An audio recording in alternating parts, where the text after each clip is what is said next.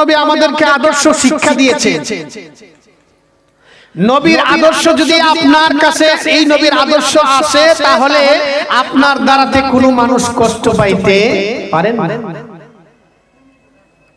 নবীজি সাল্লাল্লাহু আলাইহি সাল্লাম যে রাস্তা দিয়ে হাঁটতেন, ওই রাস্তার মধ্যে একজন মহিলা আপনার সবসময় কাঁটা দিতেন, সবসময় কাঁটা দিতেন, যেন নবী কষ্ট পায়, যেন নবী মনের মধ্যে কষ্ট পায়। প্রত্যেক দিন নবী কাঁটা সরায়া নবী রাস্তা দিয়ে হাঁটেন। এইভাবে করতে করতে অনেক দিন চলে গেল। হঠাৎ করে একদিন দেখলেন রাস্তার মধ্যে কাঁটা দেয় না। নবী জানতেন ওকে এই কাঁটা দিতেন কি, তারপরে কিচ্ছু বলতেন না। বললেন সুবহানাল্লাহ। কিন্তু আমাদের আদর্শ কি? আমরা যদি জানতাম যে অমুকে কাঁটা দিছে, অমুকে গালি তো দিতাম, তার সদ্য গোষ্ঠীর গালি দিতাম, ঠিক কিনা? এই জন্য আমাদের কোনো পরিবর্তন নাই।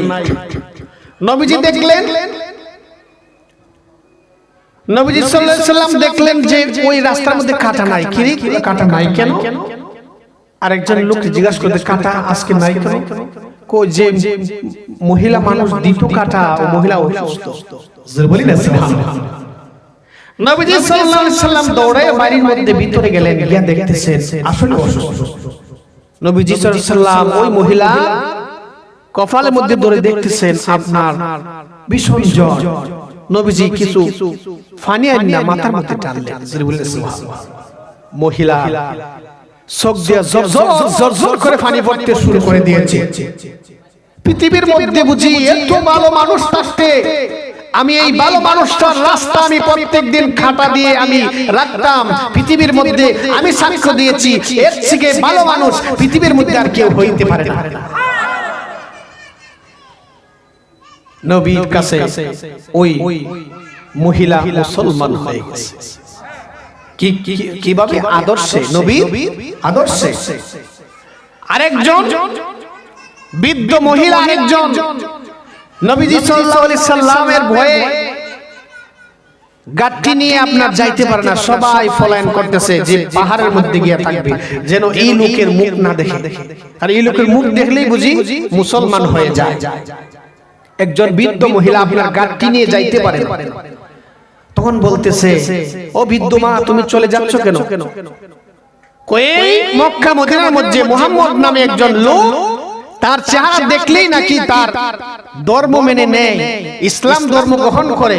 এই জন্য জানের বয়ে যেন আমি তার ধর্ম গ্রহণ না করি, এই জন্য আমি চলে যাচ্ছি পাহাড়ে। তার চক্ষু দেখবো না, তার মুখ দেখবো না। নবীজি পরিচয় দিলেন না। পরিচয় না দিয়ে আপনার গাঁঠিটা হাতের মধ্যে বলে, বুড়িমা আমি আপনার গাঁঠিটা আমার হাতে তুলে দেন। বলি না সুবহানাল্লাহ। গাঁঠিটা আমার হাতে দেন, আমি নিয়ে আপনাকে আগাই দিয়ে আসি। আমার নবী, প্যারা নবী মুহাম্মদুর রাসূলুল্লাহ সাল্লাল্লাহু আলাইহি ওয়াসাল্লাম গাঁঠি নিলেন। নবীজি আগে আগে হাঁটতেছেন, বুড়িমা পিছনে পিছনে হাঁটতেছেন।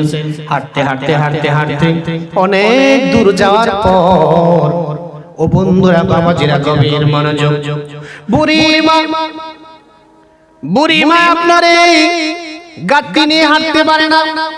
আমার নবী গাড়ি নিয়ে আপনার পাহাড়ের কিনারের মধ্যে গেলেন। পাহাড়ের কিনারের মধ্যে গিয়ে গাড়িটা দিলেন, দিয়া বলতেছে, মা এখন তুমি নিরাপদ নেই। যে মুহাম্মদ